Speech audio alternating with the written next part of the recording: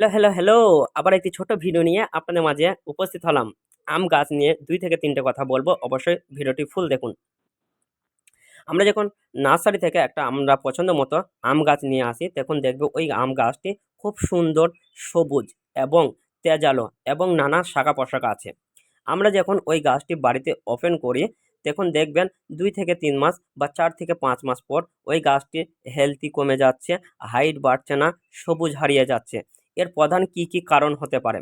যেমন আমি একটা কারণ আপনাদের মাঝে তুলে ধরছি, সেটা হচ্ছে নাইট্রোজেনের অভাব হলে এই প্রবলেমগুলো হতে পারে। আপনারা কিভাবে বুঝবেন কোন সারটি এই নাইট্রোজেন আছে? আমি ৪ টে সারের নাম আপনাদেরকে তুলে ধরছি এই ভিডিওর মধ্যে।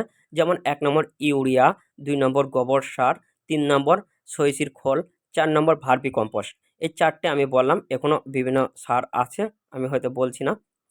এবং এর মধ্যে জল প্রয়োগ করবেন বা পানি। বেশি প্রয়োগ করবে না, যেকোনো জিনিস ক্ষতি হতে পারে। আপনারা গাছ হিসাবে এই সারগুলি যেকোনো একটা প্রয়োগ করবেন বা ব্যবহার করবেন। সবাই ভালো থেকো, সুস্থ থেকো, শুভকামনা রইলো আমার তরফ থেকে।